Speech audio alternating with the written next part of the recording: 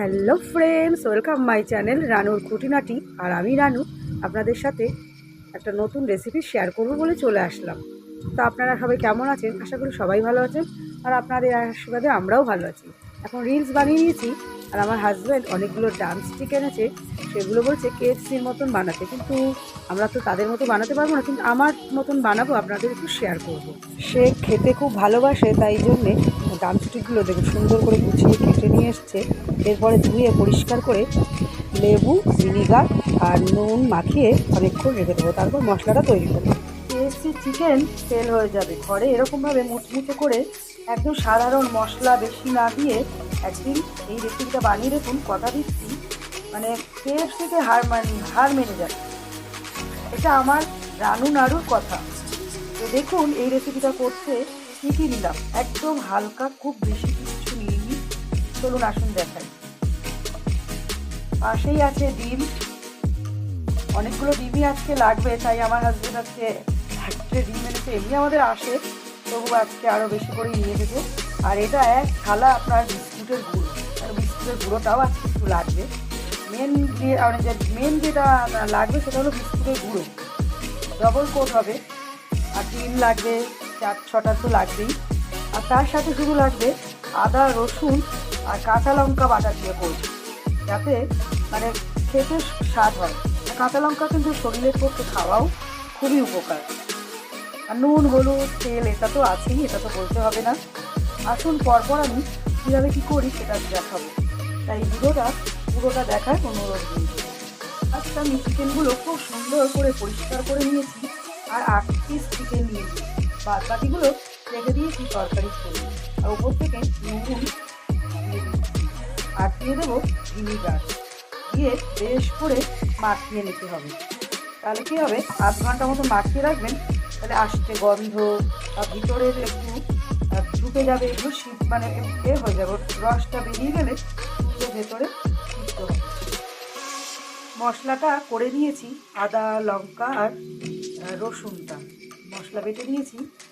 এবার এই যে ভিনিগার আর নুন মাখিয়ে রেখেছিলাম, ভিনিগার জল ঝরিয়ে নিয়েছি, এর ওপর দিয়ে নুন আর 1-1.5 চামচ, তারপর ওপর থেকে হলুদ দিলাম, দিয়ে মশলাটা অল্প একটু এর মধ্যে মাখিয়ে নিলাম। আর ব্যাটারের মধ্যেও মশলাটা অল্প দেবো।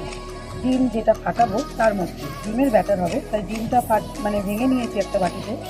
তার মধ্যে অল্প নুন দিয়ে দেবো, দিয়ে আর একটু মশলাও দেবো। তাহলে কী হবে, হলুদও দিয়ে দিচ্ছি। তারপর দেখে রাখবেন, ভিডিওটা স্কিপ করবেন না। সুন্দর করে জিনিসটা বানিয়ে আপনারা দেখবেন। এর মধ্যে আমি আদা রসুনটাও দেবো বললাম। এবার এদিকে গ্যাস জ্বালিয়ে সুন্দর করে অনেকটা তেল দিয়ে দিলাম কড়াইতে। অনেকক্ষণ ম্যারিনেট করে রাখার পরে এবার সব কিছু রেডি করে নেব। 1 কোট না, আমি 2 কোট করে দেবো। আর আপনাদের আরেকটা কথা বলে দিই, আমি তো কাঁচা অবস্থাতেই ডিমের মধ্যে দিয়ে আর বিস্কুটের গুঁড়োর মধ্যে ডুবাবো। আপনারা চাইলে চিকেনটা একটুখানি ভাপিয়েও নিতে পারেন, কারণ আমি ডবল করে ভাজবো, তাই আমারটা তো ভালোভাবেই মানে ভেতর থেকে সিদ্ধ হয়ে যাবে। আপনারা চাইলেন মোটা, যদি খুব বেশি মোটা চিকেন হয় তাহলে আপনারা একটু সিদ্ধ করে নিতে পারেন, তাহলে বাচ্চারা ভালোভাবে খাবে। কিন্তু আমরা ডবল কোট দেবো, আর ভালো করে কড়াইতে মুচমুচে করে 1 বার না 2 বার করে ভাজবো, ওর জন্য আমি আর সিদ্ধ করলাম না। আমি আগেও এভাবে করেছি, খেতে কিন্তু খুব ভালো হয়। তো আপনারা বাড়িতে অবশ্যই ট্রাই করবেন, আর পরপর দেখতে থাকবেন। এবার একে একে তেলের মধ্যে সুন্দর করে ভেজে নেব। আরও এদিকে রেডি করে রেখেছি, সেগুলো আমি মোটামুটি 2টো করে ভাজতে পারি বা 3টে করেও ভাজতে পারি। তেল বেশি হলে 3টে দিলে অসুবিধা হয় না। তো সুন্দর করে ডবল কোট করে ভেজে নেব, দারুণভাবে মুচমুচে একদম। দেখুন এবার উল্টে দেবো, সুন্দর করে মুচমুচে করে দেবো।